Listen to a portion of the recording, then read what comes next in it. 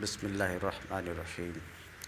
باب العلم انواریہ educational society و جامعہ انواریہ حیدرآباد انڈیا کے زیر اہتمام اللہ تعالیٰ کے فضل و کرم سے مشکات کا درس قسطوار جاری ہے۔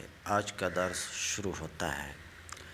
الفصل الثانی عن معاذ قال قلت یا رسول اللہ اخبرنی بعمل يدخلني الجنة ويباعدني من النار قال لقد سألت عن أمر عظيم وإنه ليسير على من يسره الله تعالى عليه تعبد الله ولا تشرك به شيئا وتقيم الصلاة وتؤتي الزكاة وتصوم رمضان وتحج البيت ثم قال ألا أدلك على أبواب الخير الصوم جنة والصدقة تطفي الخطيئة كما يطفي الماء النار وصلاة الرجل في جوف الليل ثم تلا تتجافى جنوبهم عن المضاجع حتى بلغ يعملون ثم قال ألا أدلك برأس الأمر وعموده ألا أدلك برأس الأمر وعموده وذروة سنامه قلت بلى يا رسول الله قال الحدیث۔ الفصل الثانی دوسری فصل۔ اس کتاب کے شروع میں آپ کو بتا چکا ہوں کہ اس کتاب کے شروع میں آپ کو یہ بات بتائی گئی ہے کہ غالباً ہر باب میں 3 فصلیں ہیں۔ ہر باب میں 3 فصلیں ہیں۔ یہ ایک باب ہے جس باب کا نام آپ سن چکے ہیں، کیا ہے؟ کتاب الایمان۔ بس میں اس میں بھی 3 فصلیں ہیں۔ 3 فصل میں سے پہلی فصل گزر چکی اور آپ کو خوب معلوم ہے، مصنف نے اس بات کی وضاحت کر دی ہے کہ پہلی فصل میں ہم انہی احادیث کو رکھیں گے جن احادیث کی تخریج شیخین نے بالاتفاق کی ہو یا شیخین میں سے کسی ایک، بخاری اور مسلم میں سے کسی ایک نے کی ہو۔ تو پہلی فصل میں جتنی حدیثیں گزری تو آپ پر یہ بات واضح ہوئی کہ پہلی فصل میں وہ احادیث تھیں، وہ احادیث ہیں جن کی تخریج شیخین نے بالاتفاق کی ہے یا شیخین میں سے کسی نے کی۔ دوسری فصل جو یہاں سے شروع ہو رہی ہے، تو دوسری فصل کے متعلق بھی انہوں نے وضاحت کی کہ دوسری فصل میں کن کی احادیث ہوں گی۔ تو 12 ائمہ کا انہوں نے نام ذکر کیا۔ 12 میں سے تو 2 یہی ہو گئے۔ اس کے علاوہ ابو داؤد ہے، نسائی ہے، ترمذی ہے، امام احمد ہیں، امام مالک ہیں، امام شافعی ہیں، سمجھ رہے ہیں؟ اس طریقے سے انہوں نے کہ یہ 12 ائمہ جن کے انہوں نے نام لیے، تو 12 ائمہ میں سے کسی کی تخریج کردہ، کسی کی نکالی ہوئی حدیث دوسری فصل میں ہوگی۔ ابھی ہمارے سامنے دوسری فصل۔ تیسری فصل میں کیسی احادیث ہوں گی؟ ما سبق میں وضاحت ہوئی، جب تیسری فصل آئے گی تو دیکھیں گے۔ مگر دوسری فصل میں بھی جن احادیث کو آپ پڑھیں گے تو یہ جان لیجئے کہ دوسری فصل میں وہ احادیث ہوں گی جو ذکر کردہ 12 ائمہ میں سے کسی ایک کی تخریج کردہ ہوگی، کئی کی بھی ہو سکتی ہے، کم سے کم 12 میں سے کسی ایک کی تخریج کردہ ہوگی۔ الفصل الثانی، ھذا ھو الفصل الثانی۔ الفصل الثانی آتن، یہ میں کیا بولا ابھی جو 2 لفظ بولا، کوئی مطلب سمجھ میں آیا آپ کو؟ الفصل الثانی آتن، ھذا ھو الفصل الثانی، یہ الفصل الثانی کا اعراب بیان کیا۔ دوسری فصل، کیا دوسری فصل؟ تو یا تو اسے خبر بنائے تو مبتدا اس کا محذوف ہے، ھذا الفصل الثانی، ھذا ھو الفصل الثانی، یہ دوسری فصل ہے۔ یا الفصل الثانی کو رفع اس لیے پڑھیں کہ یہ مبتدا ہے، اس کی خبر جو ہے محذوف ہے، اور وہ مثلاً آتن ہے، دوسری فصل آ رہی ہے۔ یا الفصل الثانی ھذا دوسری فصل یہ ہے جو نیچے آ رہی ہے۔ بات سمجھ میں آئی میں کیا بولا آپ کو؟ ان معاذ کا تذکرہ گزر چکا ہے۔ ان معاذ قال ہے، حضرت معاذ رضی اللہ تعالیٰ عنہ سے روایت ہے، وہ کہتے ہیں قلت یا رسول اللہ، میں نے عرض کی اے اللہ کے رسول، اخبرنی بعمل، مجھے ایک ایسا کام بتائیں، ایک ایسا عمل بتائیں جو مجھے جہنم سے دور کرے اور جنت میں داخل کرے۔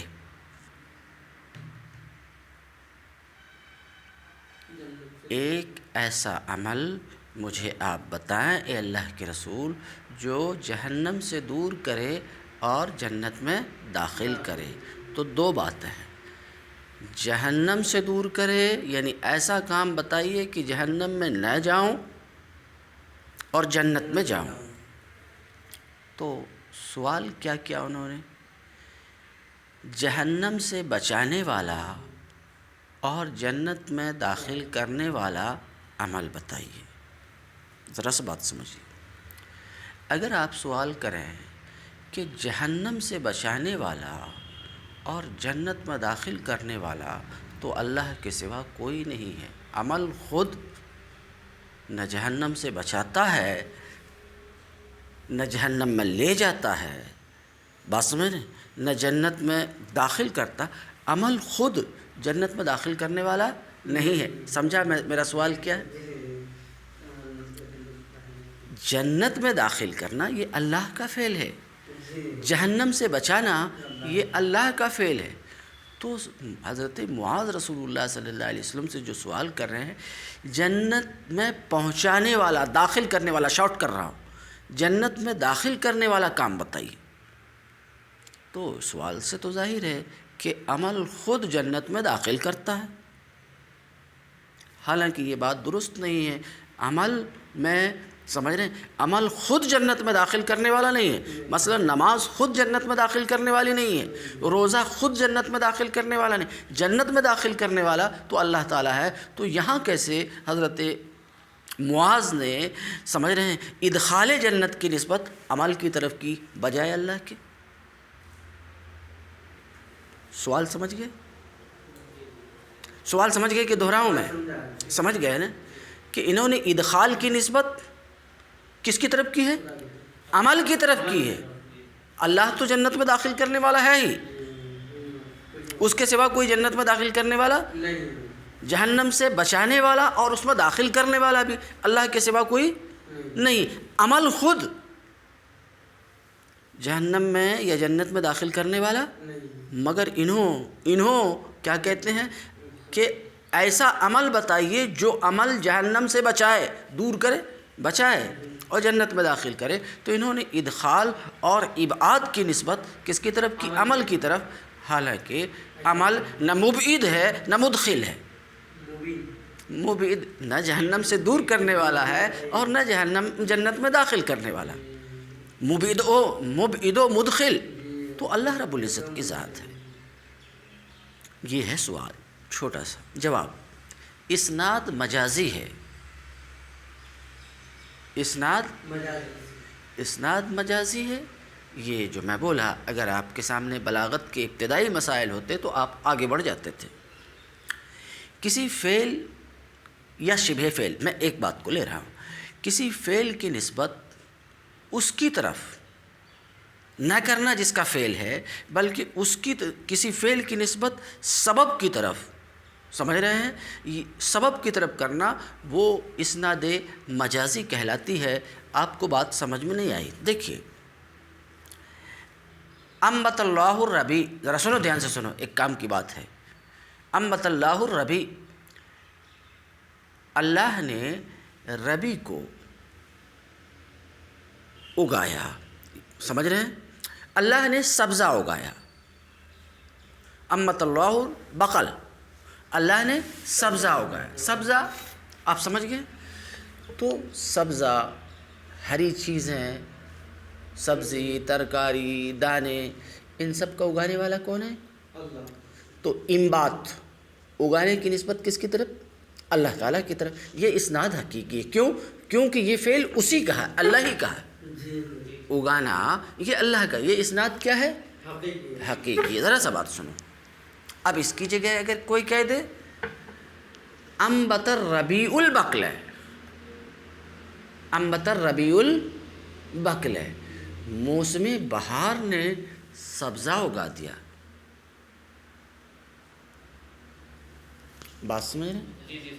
تو انبات کی نسبت کس کی طرف کر رہے ہیں؟ ربیع کی طرف، موسم بہار کی طرف کر رہے ہیں. تو بتاؤ کہ اگانا موسم بہار کا کام ہے یا اللہ کا کام ہے؟ مگر آپ کس کی طرف نسبت کر رہے ہیں؟ موسم کی طرف نسبت کر رہے ہیں، تو انبات جو ایک فعل ہے اس کی نسبت اس کی طرف کر رہے ہیں جس کا یہ فعل نہیں ہے۔ تو یہ نسبت کیسے صحیح ہے؟ یہ نسبت اس طور پر صحیح ہے، ذرا میں وضاحت کروں گا کہ ربی سبب ہے، یعنی یہ کام جو ہوتا ہے انبات کا کام کس میں ہوتا ہے؟ ربی میں ہوتا ہے۔ یہ کس میں ہوتا ہے؟ تو یہ اسناد مجازی ہے۔ کیا میں کہہ رہا ہوں؟ یہی جملہ انبت الربیع، یہ بلاغت کی بحث ہے، یہی جملہ اگر ایک کافر اور مشرک بولتا انبت الربیع البقل ہے تو یہ حقیقت ہے، کیونکہ وہ ایسا ہی سمجھتا ہے کہ موسم بہار ہی اگانے والا ہے۔ یہاں پر ایک موقع ہے جس میں وضاحت ضروری ہے۔ تو ایک مشرک تو یہ سمجھتا ہے کہ موسم بہار ہی اگاتا ہے، تو اگر یہ کافر اور مشرک بولتا ہے انبت الربیع البقل، ذرا بات کو سمجھو، انبت الربیع البقل اگر وہ بولتا ہے تو یہ اسناد حقیقی ہے۔ کیوں؟ کیونکہ وہ ایسا ہی مانتا ہے، اس کا ماننا یہی ہے کہ موسم بہار ہی اگانے والا ہے، تو یہ اسناد حقیقی۔ اور یہ کفر ہے، اور یہ کفر ہے، ایسا سمجھنا کہ موسم بہار خود اگاتا یہ کفر ہے، تو اس کی یہ بولی کفریہ ہے اور اسناد حقیقی ہے۔ ذرا بات کو سمجھو، ایک دوسری بات بتا رہا ہوں۔ اور یہی بولی ایک مومن بولے تو اسناد مجازی ہے اور یہ بولی کفر نہیں ہے۔ کیوں؟ کیونکہ مومن یہ نہیں مانتا ہے کہ موسم بہار خود منبت ہے، مانتا ہے؟ مومن یہ نہیں مانتا ہے، بلکہ مومن یہ مانتا ہے کہ منبت اللہ تعالیٰ ہے اور ربی ایک سبب ہے۔ بات سمجھ میں آئے کہ میں اس کو اور واضح کروں؟ تو یہی جملہ اگر ایک کافر بولتا ہے تو اسناد انبات کی اسناد ربی کی طرف حقیقت ہے اور یہ کفر ہے، اور یہی بات ایک مومن بولتا ہے، بات سمجھ رہے ہیں، تو اسناد حقیقی نہیں ہے، سمجھ رہے ہیں کہ نہیں، اسناد مجازی ہے اور یہ کفر نہیں ہے، اور اس کا ایسا بولنا درست ہے۔ ذرا بات سمجھیے، کیا درست؟ تو جس طریقے سے کہ ایک مومن کی یہ بولی انبت، یہی سے بات سنو، وہاں لے کر کے جاتا ہوں، جس طریقے سے مومن کی یہ بولی انبت الربیع البقل اسناد مجازی ہے، ایسے ہی حضرت معاذ نے جو ادخال کی نسبت عمل کی طرف کیا، عمل کی طرف کیا، یہ اسناد حقیقی نہیں ہے، اسناد مجازی ہے۔ یعنی وہ مانتے ہیں، وہ مان رہے ہیں کہ مدخل اللہ تعالیٰ ہے، عمل ایک سبب ہے۔ عمل کیا ہے؟ سبب ہے۔ تو یہاں فعل کی نسبت کس کی طرف؟ عمل کی طرف۔ اسناد مجازی ہے کہ عمل کیا ہے؟ سبب ہے، یہ اسناد حقیقی نہیں ہے۔ اسی سے ایک مسئلہ صاف ہو گیا کہ جب ادخال کی نسبت عمل کی طرف کی جا سکتی ہے، جیسا کہ حضرت معاذ نے کیا اور اللہ کے رسول کے سامنے کیا، اور اللہ کے رسول نے یہ نہیں فرمایا کہ معاذ تم غلط بول رہے ہو، ایسا نہیں فرمایا اللہ کے رسول نے، تو آپ نے دیکھا کہ یہ اسناد مجازی ہے، تو جب جنت میں داخل کرنے کی نسبت عمل کی طرف معاذ نے کیا جس کو اسناد مجازی کیا، اور ظاہر سی بات ہے کوئی بھی عمل ہمارا، نماز ہو کہ روزہ ہو کہ زکوٰۃ ہو کہ حج ہو، ہمارا کوئی بھی عمل رسول اللہ کی ذات سے بڑھ کر کے تو نہیں ہو سکتا، ہمارا کوئی بھی عمل رسول اللہ کی ذات سے بڑھ کر کے تو نہیں ہو سکتا۔ تو جب جنت میں داخل کرنے کی نسبت عمل کی طرف درست ہے، عمل کی طرف درست ہے، تو رسول اللہ کی طرف تو اس کی نسبت بدرجہ اولا درست ہوگی۔ تو جب یہ کہنا ضروری ہے کہ بعض عمل جنت میں داخل کرتے ہیں، سمجھ رہے ہیں، یا عمل جنت میں پہنچاتا ہے، عمل جنت میں پہنچاتا ہے، یہ بولنا صحیح ہے، تو یہ بولنا بھی صحیح ہے کہ اللہ کے نبی، اللہ کے رسول جسے چاہتے ہیں جنت میں داخل کرتے ہیں۔ نہیں سمجھا؟ لوگ اعتراض کرتے ہیں کہ بھئی یہ تو خدا کا کام ہے، آپ کیسے کہہ سکتے ہیں کہ نبی کو اختیار ہے جسے چاہیں وہ جنت میں داخل کریں؟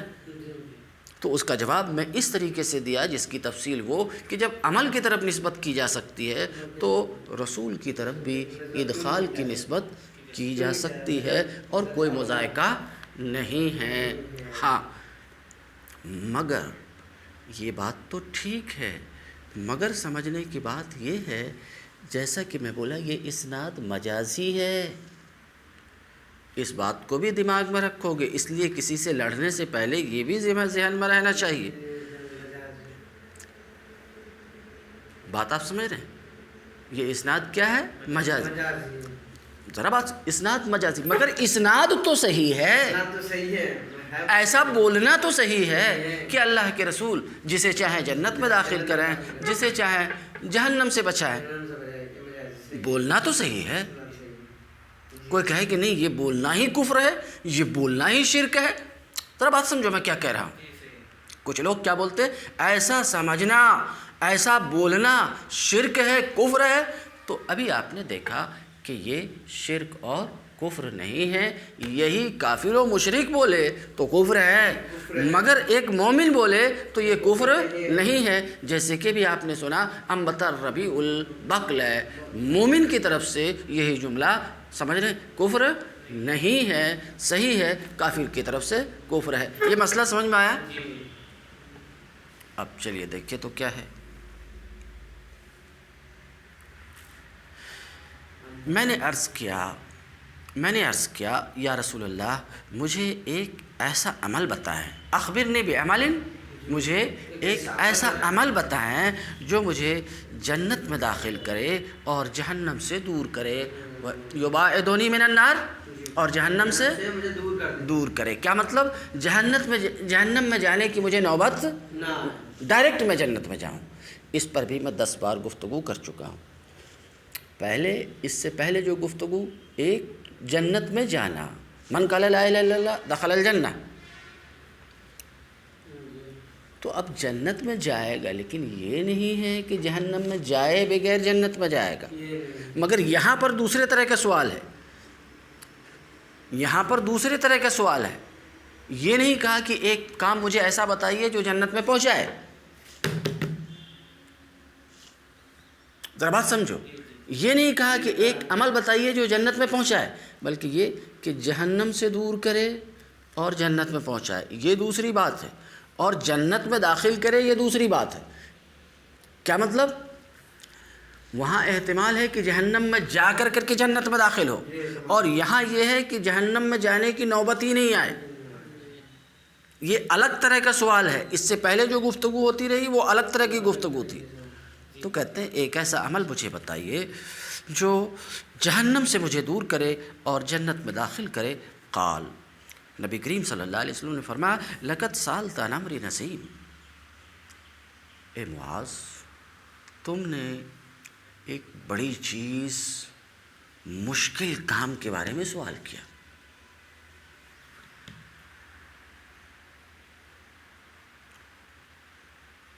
عظیم، بڑی، ایک بڑی بات تم نے پوچھی، سمجھ رہے ہیں؟ اس سے پہلے بھی اس طرح کا سوال گزرا، لیکن وہاں پر ملتا جلتا سوال گزرا، لیکن ایسا نہیں فرمایا، کیونکہ یہاں پر ایک چیز ہے کہ جہنم میں نہ جاؤں، ڈائریکٹ جنت میں جاؤں۔ ذرا دھیان سے سنو، جہنم میں نہ جاؤں، ڈائریکٹ جنت میں جاؤں، تو اللہ کے رسول خود فرماتے ہیں یہ بڑی بات ہے۔ جہنم سے بچنا، ذرا بات سمجھیے، جہنم سے بچنا اور جنت میں جانا یہ بڑی بات ہے، سمجھ رہے ہیں؟ کیوں؟ یہ بڑی نعمت ہے۔ کسی بھی شخص کے لیے اس سے بڑی اور نعمت کیا ہو سکتی ہے؟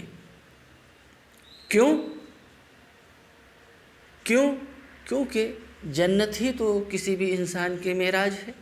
ذرا بات سمجھو، کسی بھی انسان کی معراج اور منتہا جنت ہی ہے۔ ارے بھائی جنت میں بولو کہ جنت سے بھی ایک بڑی چیز ہے دیدار رب، کوئی کہنے والا کہہ سکتا ہے کہ اس سے بھی بڑی چیز ہے، ہاں ہے، یقیناً ہے، مگر جب جنت میں جائے گا تو رب کا دیدار بھی ہوگا۔ تو ایک انسان کے لیے سب سے بڑی نعمت یہ ہے، بس میرے جنت میں داخل ہونا بڑی نعمت ہے۔ اس وجہ سے رسول اللہ صلی اللہ علیہ وسلم نے فرمایا، اے معاذ، تم نے ایک بڑی چیز، بھاری چیز کے بارے میں سوال کیا، وَإِنَّهُ لَيَسِيرٌ عَلَىٰ مَن يَسَّرَهُ اللَّهُ تَعَالَىٰ عَلَيْهِ، ایک بڑی چیز کے بارے میں تم نے سوال کیا، مگر یہ اللہ جس پر آسان کرے اس کے لیے یہ آسان ہے۔ اللہ جس پر آسان کرے وہ اس کے لیے آسان ہے، اس کے لیے یہ آسان۔ ذرا سا اس پر ذرا سا رک کر کے 1 منٹ صرف سوچ لو۔ اللہ جس پر آسان کرے اس کے لیے آسان ہے، اس طرح کا سوال، اس طرح کی بات ملتی جلتی پہلے کئی بار گزر چکی، مگر کہیں پر ایسا نہیں دیکھے کہ بہت بھاری بات، بہت بڑی چیز کے بارے میں تم نے پوچھا اور اللہ جس پر آسان کرے اس کے لیے آسان ہے، مفہوم مخالف کے طور پہ، ورنہ یہ بہت مشکل ہے۔ ذرا بات سمجھو، ایسی بات پہلے کہیں پر نہیں گزری ہے، مگر یہاں پر یہ بات آ رہی ہے کہ اللہ جس پر آسان کرے اس کے لیے آسان ہے، یعنی یہ منزل جس کے بارے میں آپ پوچھ رہے ہو کہ جنت سے دور کرے، جنت میں نہ جاؤں، جہنم میں نہ جاؤں، جنت میں جاؤں، یہ جو پوچھ رہے ہو، سمجھ رہے ہیں، تو اس کے لیے تو فضل خاص کی ضرورت ہوتی ہے۔ کیوں کہہ رہے ہیں؟ خود اللہ کے رسول فرماتے ہیں، الفاظ ذرا غور کیجئے آپ، لقد سألت عن امر عظیم، یہ میں بول رہا ہوں، میرے بولنے سے آپ مت مانو، اللہ کے رسول کیا فرماتے؟ امر عظیم کے بارے میں، بھاری چیز کے بارے میں، مشکل چیز کے بارے میں تم نے سوال کیا، یعنی یہ مشکل ہے، جہنم میں جائے بغیر جنت میں جانا، خود فرماتے ہیں کیا ہے؟ مشکل ہے، مگر اللہ جس پر آسان کرے اس کے لیے آسان ہے۔ تو یہ مرحلہ حدیث کے الفاظ سے یہ بات سمجھ میں آتی ہے کہ یہ منزل جس کی بات ہو رہی، جہنم سے میں جائے بغیر جنت میں جانا، بات سمجھ رہے ہیں، یہ اللہ کے فضل سے ہی ممکن ہے، اللہ کے فضل سے ہی ممکن ہے، بات سمجھ رہے ہیں، یہ مقام اور مرتبہ اللہ کے فضل سے ہی مل سکتا ہے۔ اس سے پہلے جس نے لا الہ الا اللہ کہا، جس نے ایسا کیا، جس نے ایسا کیا، وہ جنت میں داخل ہوگا، جس نے گواہی دی، جس نے نماز پڑھی، جس نے روزہ رکھا، وہ جنت میں جائے گا، اس سے پہلے یہ گزرتا گیا، تو وہاں صرف جنت میں جانا ہے، جہنم سے بچنا ایسا کچھ نہیں ہے، مگر جہنم میں جائے بغیر، یہ سمجھ رہے ہو میں کیوں اس پر زور دے رہا ہوں، جہنم میں جائے بغیر جنت میں جانا تو یہ ایک مشکل چیز ہے، مگر اس کے لیے مشکل نہیں ہے جس کے لیے اللہ آسانی پیدا کرے، یعنی یہ اللہ کے خاص فضل سے ہی ممکن ہے، اللہ جسے توفیق دے اسی کے لیے ممکن ہے، محض عمل کی بدولت، ذرا بات سمجھو، محض عمل کی بدولت جہنم سے بچنا اور جنت میں جانا تو یہ مشکل ہے، یہ خود اللہ کے نبی فرماتے ہیں۔ بات میری سمجھ رہے کہ سو رہے آرام سے؟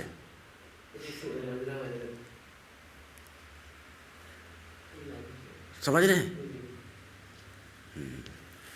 دیکھیں تو ہاں، تو انہوں نے سوال کیا کہ ایک عمل بتائیے مجھے جو جہنم سے دور کرے اور جنت میں داخل کرے، تو اللہ کے رسول صلی اللہ علیہ وسلم نے فرمایا، تعبد اللہ، تعبد فعل مضارع ہے، صیغہ واحد مذکر حاضر ہے، مگر یہاں مضارع امر کے معنی میں ہے، مضارع کس کے معنی میں ہے؟ امر کے معنی میں، یعنی خبر انشاء کے معنی میں ہے، اور بہت مرتبہ خبر کس کے معنی میں ہوتا ہے؟ انشاء کے معنی میں ہوتا ہے، بات آپ سمجھ رہے ہیں؟ تو معنی یہ ہے کہ اللہ کی عبادت کرو، تعبد اللہ، اللہ کی عبادت کرو، سمجھ رہے ہیں، اور کسی کو اس کا شریک نہ بناؤ، سمجھ رہے ہیں؟ یہ جواب ہے، یہ رسول اللہ صلی اللہ علیہ وسلم کی طرف سے جواب ہے، کس کا؟ جنت میں داخل کرنے والے عمل، سمجھ رہے ہیں، اور جہنم سے دور کرنے والے عمل کے سوال کا جواب ہے۔ اللہ کی عبادت کرو، اب ترجمہ کر رہا ہوں، کوئی بات سمجھ میں نہیں آئے تو پوچھو۔ اللہ کی عبادت کرو اور کسی کو اللہ کا شریک نہ بناؤ، اور نماز قائم کرو اور زکوٰۃ ادا کرو اور رمضان کے روزے رکھو اور بیت اللہ کا حج کرو۔ یہ باتیں بارہا گزر چکی ہیں۔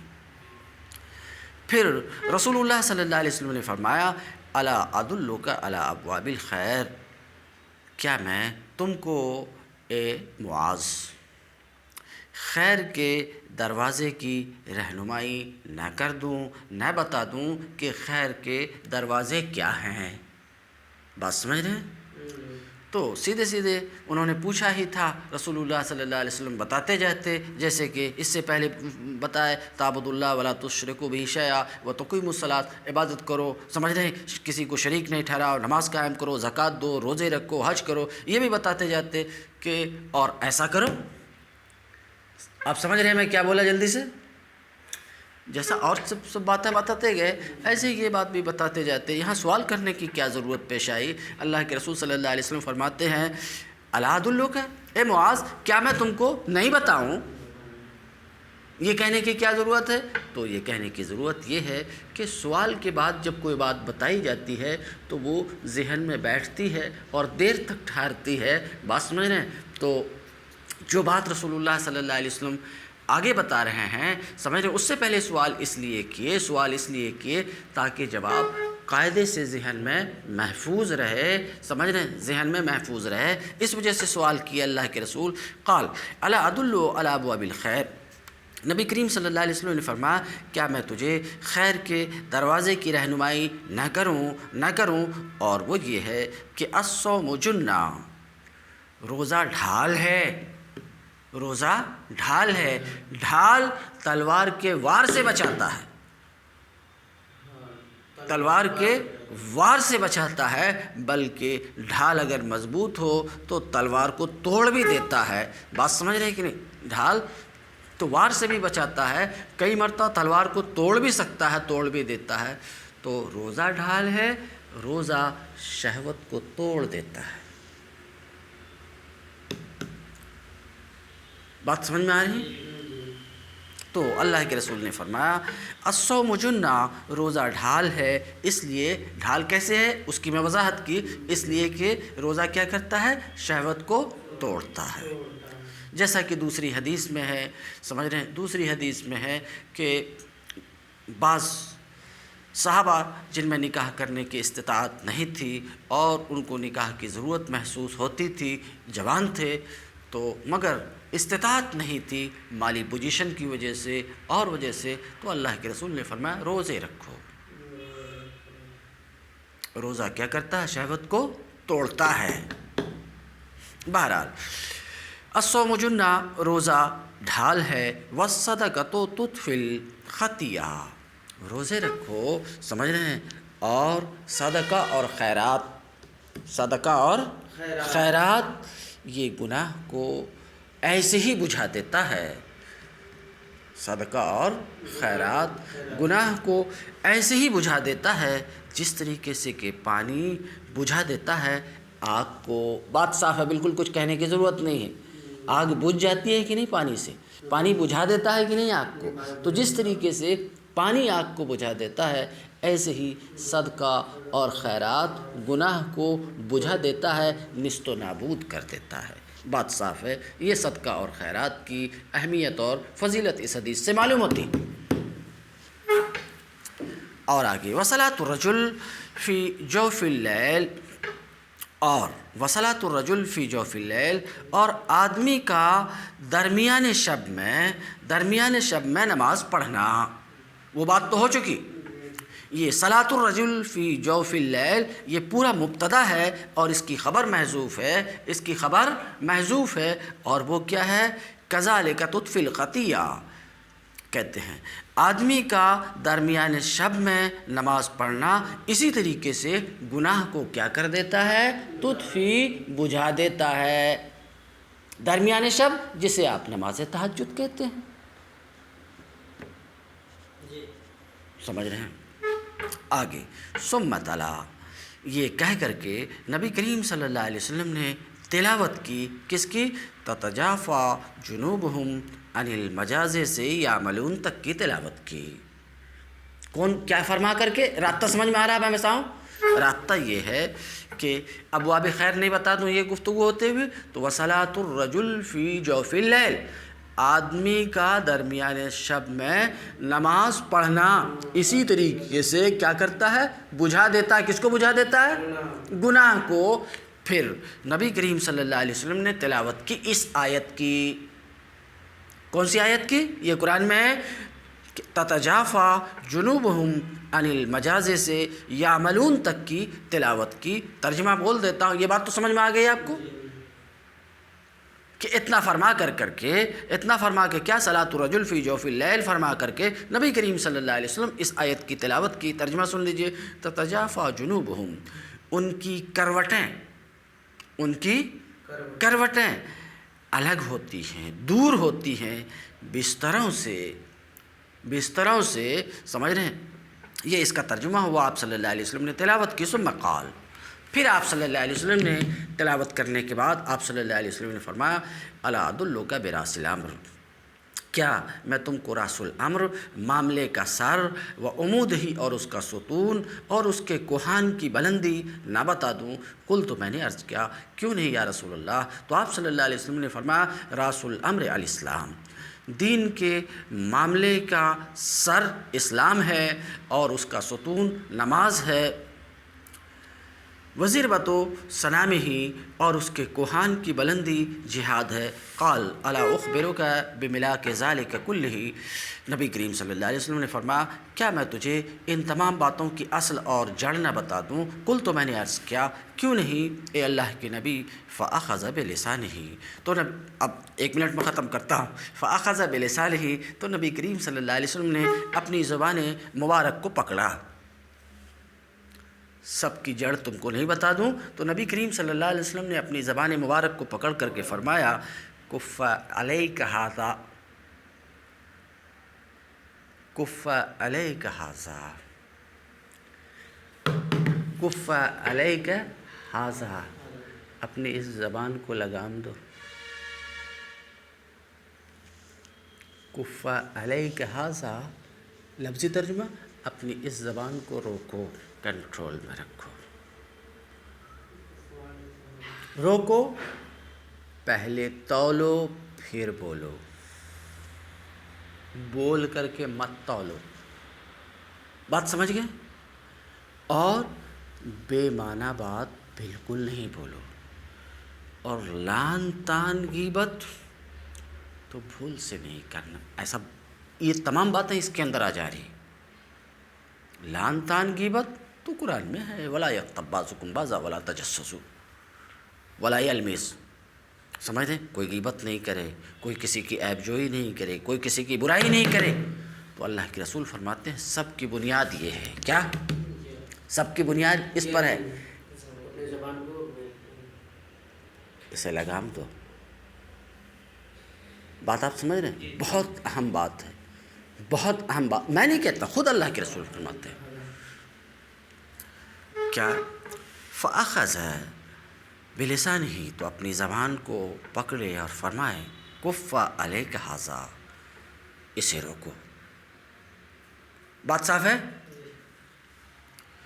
فقلت یا نبی اللہ وَإِنَّا لَمُؤَاخَذُونَ بِمَا نَتَكَلَّمُ بِهِ، تو میں نے عرض کیا اے اللہ کے نبی، کیا ہم جو کچھ بولتے ہیں اس پر بھی ہماری گرفت ہوگی؟ یہ کس نے کہا؟ معاذ نے کہا، جو بولتے ہیں اس پر بھی ہماری پکڑ ہوگی؟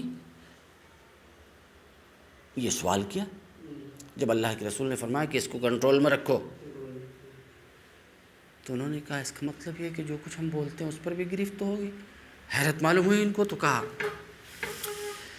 اے اللہ کے نبی، کیا ہم جو بولتے ہیں اس پر ہماری گرفت ہوگی؟ قال ثقلت کا امک، اللہ کے رسول صلی اللہ علیہ وسلم نے فرمایا تمہاری ماں تم کو کھوئے، تمہاری ماں تم کو کھوئے۔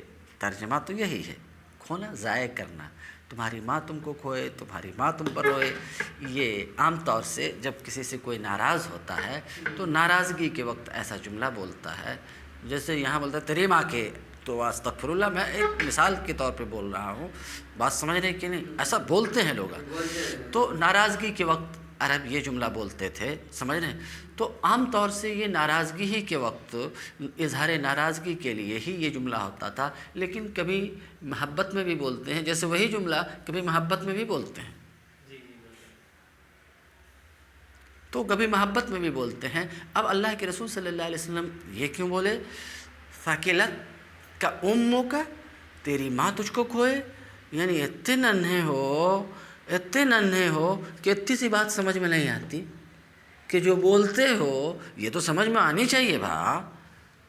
اے معاذ، اس مقام پہ پہنچ کر کے اگر نہیں سمجھ میں آ رہی ہے اور تو تمہاری ماں تمہارے اوپر روئے گی کہ بیوقوف ہے، ایک مطلب کی طرف اشارہ کر رہا ہوں، میں نہیں بولتا ایسا، بات سمجھ رہے ہیں؟ کیوں بولے اللہ کے رسول ایسا تیری ماں تجھ کو روئے؟ تو میں مختصر کرتے ہوئے یہ کہوں کہ یہ پیار میں، محبت میں افسوس کی بات ہے معاذ، اتنی سی بات تمہارے سمجھ میں نہیں آتی کہ زبان پر گرفت ہوگی، تم یہ سوال کر رہے ہو؟ ثقلت کا اموں کا یا معاذ، اے معاذ تمہاری ماں تم پر روئے۔ هل يكب الناس في النار على وجوههم او على مناخرهم الا حصائد السنتهم، حصائد حصیدہ کی جمع ہے، لوگوں کو آگ میں منہ یا ناک کے بل ان کی زبان سے نکلی ہوئی باتیں ہی گرائیں گی۔ کہتے رواہ احمد و ترمذی و ابن ماجہ، اس حدیث کی روایت امام احمد نے کی ہے، ترمذی نے کی ہے اور ابن ماجہ نے کی ہے، جیسا کہ شروع میں وضاحت کر دیا۔